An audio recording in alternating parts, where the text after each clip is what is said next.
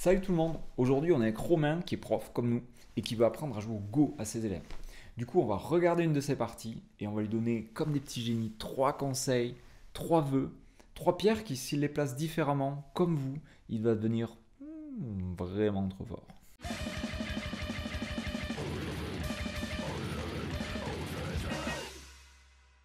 Merci beaucoup à tous ceux qui partagent, qui mettent des commentaires. À chaque fois, on a des nouveaux abonnés, donc on continue comme ça.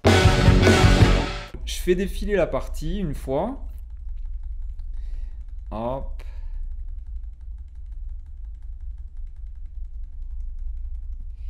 Et je dirais que la partie, elle termine à peu près là. Voilà. Ouais. Ce qui est super par rapport à la dernière fois, c'est que tu as clairement appliqué un conseil que je t'ai donné, c'est celui sur la ligne de la mort. Donc, t'as pas joué sur la ligne de la mort, jamais, à un mauvais moment. Donc, déjà, tu as progressé de dingue. Maintenant, je vais te dire trois coups que tu peux améliorer. Donc, celui-là, il est osé parce qu'il protège pas le coin, en fait. Ouais. C'est-à-dire que là, blanc, par exemple, s'il vient là, eh bien, toi, tu n'as aucun coin. Je te conseille à la place de jouer ce qu'on appelle un hoshi. Donc, tu vois l'endroit où il y a les points Ouais. un peu marqués, c'est une étoile. Déjà, tu pars comme ça sera très différent. Ensuite, deuxième coup que je te conseille de changer. Donc là, il vient. Là, c'est bien. Tu joues très solide. Tu le plaques contre le bord. Tout ça, c'est irréprochable. Ce coup est super. C9, ça fait ce qu'on appelle une gueule de tigre. Tu connaissais ça, Romain? Bah, c'est donc un de tes conseils aussi. Ok, c'est le conseil de la dernière fois, donc ben, bravo. Ouais. Le fait que tu aies fait ça, tu as pris un bon avantage et ça te donne un gros coin en haut à gauche. Mhm. Euh, Lui, il fait ça. Pareil, tu fais une double gueule de tigre. C'est parfait parce que ça menace sa pierre en B9 et toi, tu es tranquille. Donc, vraiment super.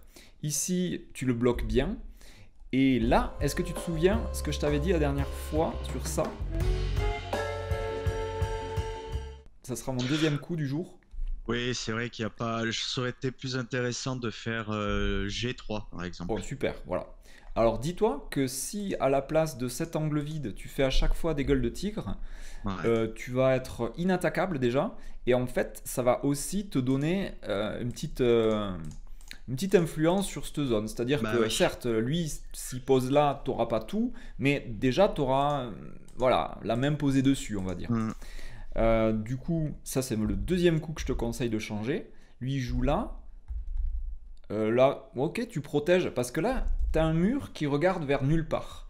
Donc effectivement, l'idée c'est de mettre des pierres par là, quoi, pour que Mhm. tu crées une zone qui t'appartient. Et c'est ce que tu as fait. Donc de ce point de vue-là, vraiment, tu as compris l'idée des murs, quoi. Voilà, tu crées un mur, tu fais une gueule de tigre. Là, pareil, tu refais un angle vide, qu'est-ce que tu me proposes à la place? L6. L6, exactement. Voilà. La prochaine fois, déjà, tu fais ça. Si tu faisais L6, tu avais une influence vers le bas. Donc, peut-être que lui, il t'aurait volé le bas, Ouais, mais, mais mais beaucoup peut-être plus que bas. tu aurais eu des trucs en retour de ce style Ouais. et tu aurais eu plus de points Mhm. qu'avec l'angle vide que tu as fait. Ok, deuxième angle vide, tu peux proposer autre chose aussi là, plutôt que K5. Euh...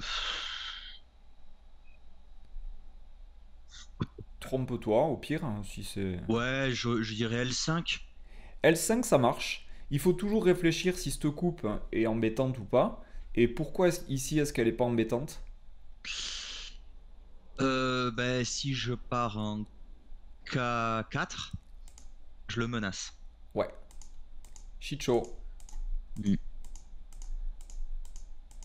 Très bien. À chaque fois que tu as envie de faire un angle vide, Ouais. réfléchis s'il n'y a pas une meilleure solution. Ça ne veut pas dire qu'il y en aura toujours. Une fois sur 100, ce sera un super angle vide. Et je te dirai, waouh, tu l'as trouvé. mais c'est assez Quel rare. bel angle vide. Ouais, ouais, dans le monde du Go, on dit un bel angle vide. C'est bizarre, mais ouais, c'est une expression très courante. Euh, Ok, tu joues là, très bien. Aïe, ouais, c'est vrai que là, il te menace ça. Très bien, tu protèges ta pierre, hein, c'est logique. Lui, il protège sa pierre aussi, qui était en danger depuis tout à l'heure. Mhm.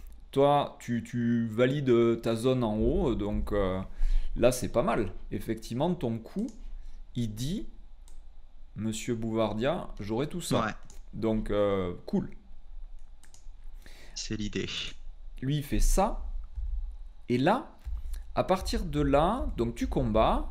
Très bien, hein, tu bloques, tu lui mets des Atari. Et voilà, mon troisième coup du jour, à la place du E12, je vais te demander de chercher. Alors, est-ce que tu te souviens dans le reste de la partie, un coup qui t'a bien miné le moral, je dirais? Ouais, quand il m'a attaqué le centre et que j'ai pas pu défendre en fait. Exactement, exactement. Et est-ce que tu le vois que là, tu protèges une coupe qui est pas trop dangereuse, parce que quand tu regardes, comme tout à l'heure, si lui, mettons que tu joues là pour bloquer le centre, et Ouais. si lui il vient te couper là, est-ce Bon, je que peux partir en E12. et E12, voilà, donc encore un Shicho.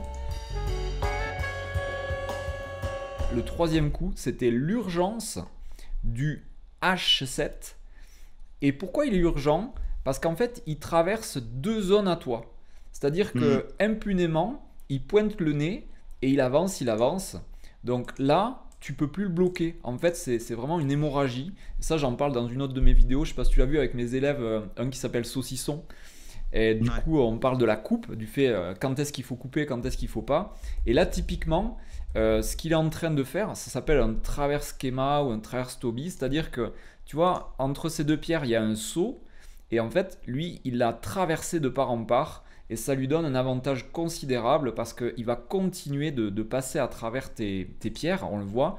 Là, il traverse encore ce Kema. Toi, il faut que tu dises non, tu traverseras jamais mon Kema. Si tu le fais pas, dans ce cas, on a ces deux pierres en triangle qui ne se rencontreront plus jamais, qui sont déconnectées pour toujours. Ouais. Et dans 99% des cas encore, c'est une catastrophe pour le combat, pour le territoire, etc.